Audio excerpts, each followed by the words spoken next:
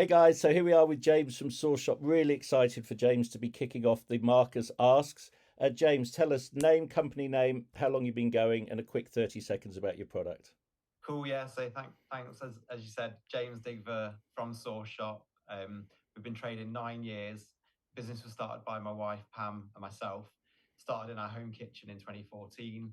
Started with local farmers market, moved on to local delis and farm shops, and sort of gradually got a bit of a national presence.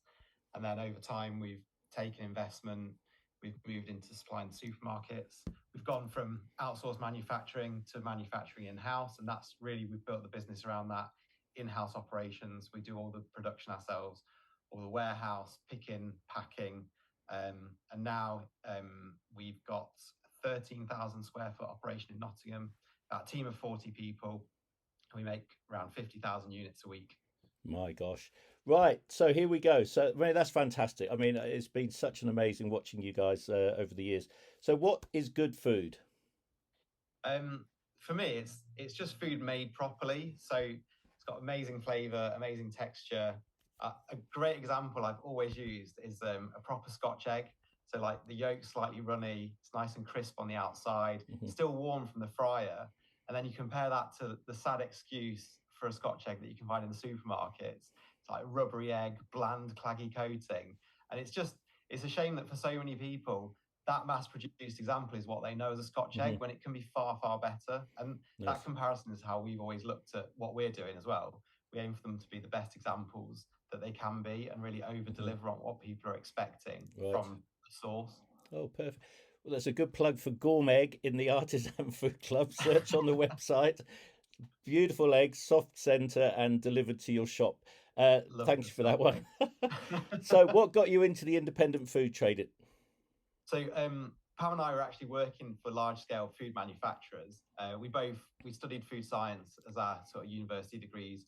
Both got jobs in product development. So we were doing that mass produced food development, and it's good enough food. Like we worked in sandwiches for quite a long time, and there's nothing inherently wrong with a pre-packed sandwich, but it's not the best example of a sandwich. And so we sort of I guess we got a bit bored of that side of the industry, not having as much control because we were doing retailer owned labels. So they say how it is, they tell you what to do, and you Mhm. just sort of do it. And then we were going to farmers markets and speaking to producers, and it just sort of clicked. And I'd made a chipotle ketchup from a cookbook, and Right. we just took that amazing sauce and developed a few extra flavors. And Mhm. before we knew it, we were just on our local farmers market selling sauces. And Perfect. yeah, it sort of spiraled from there. And bang on 60 seconds. Thank you for that. So, what's the high point and low point of the company so far? I mean, this was a tough one to think about because it's just a roller coaster of highs and lows, and you just sort of bumble along from one to the next, up and down constantly. So I think for me, looking back, the most impactful high was that we joined Sainsbury's Future Brands program. So it's like an accelerator where they took us and nurtured us, and we were already supplying Sainsbury's, um, and it wasn't big business, but they took us to 10 products, and each one was in between 250 and 500 stores, and that it really gave us like the platform to start advertising on a Mhm. national level, looking at like PR in a meaningful way because the products were available, so people could reliably Mhm. go and find them and get them if they wanted Mhm. them. And a And low? then low, yeah, I mean, there's been lots and lots of lows.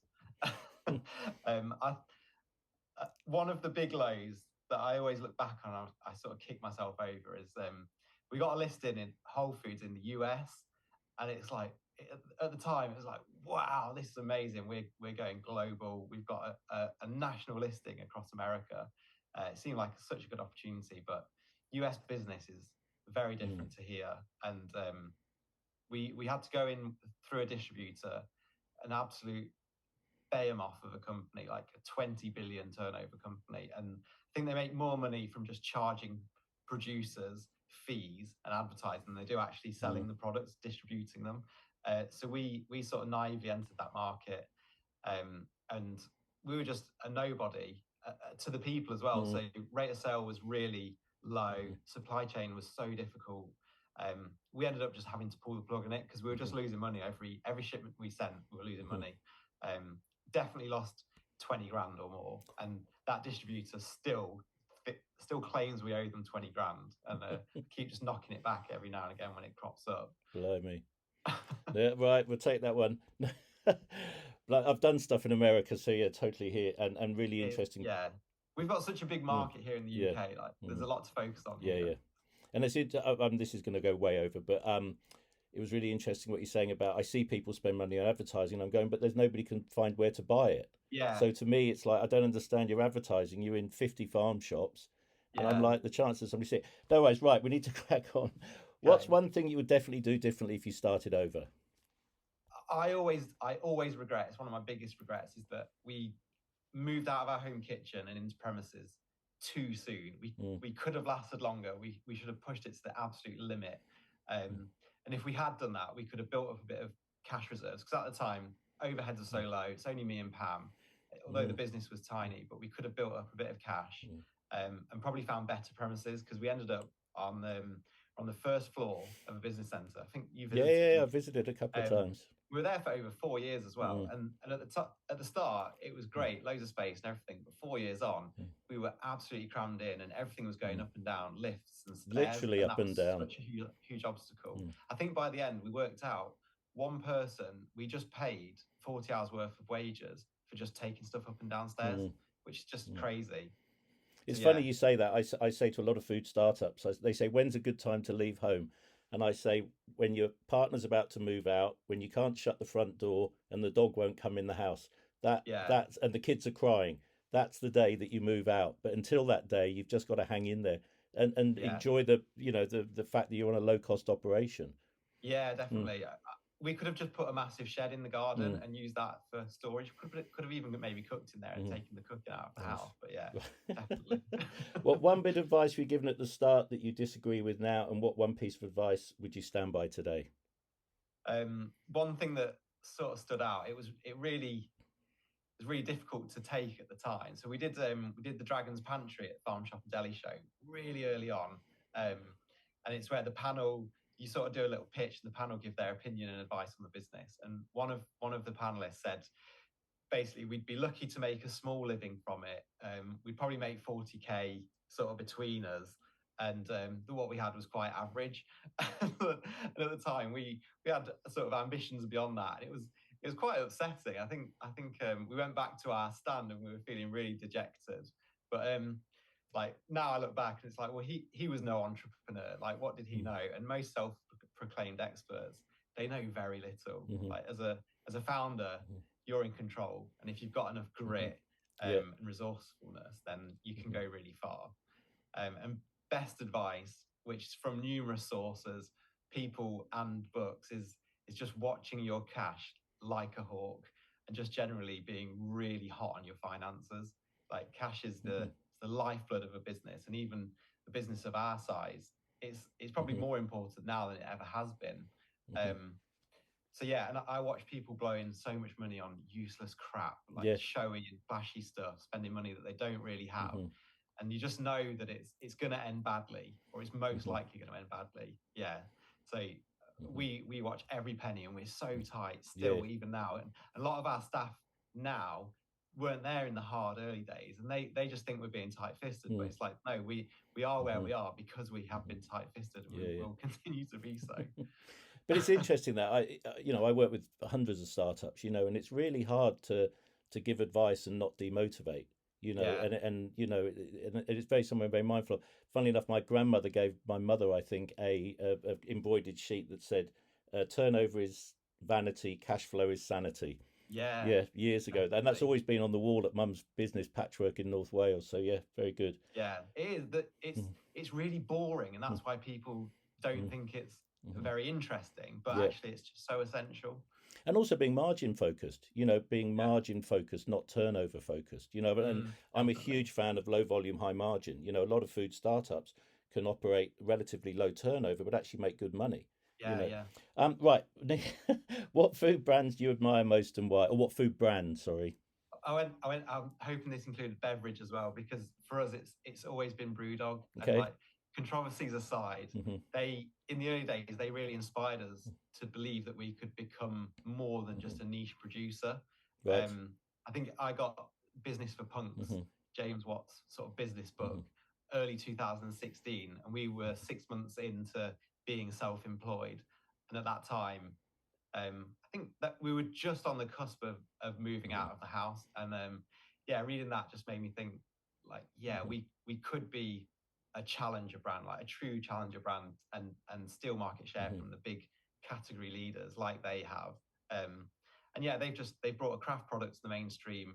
They've helped create a movement, and behind them, that's opened up, like, the whole craft brewery scene. Really only exists because they started it and got it into the mainstream. And yeah, and they've expanded from a manufacturing base in Scotland to become a global brand. Sites all across the world, multiple manufacturing locations. It's an awe-inspiring story. Last question, well, second last question, dirty food secret.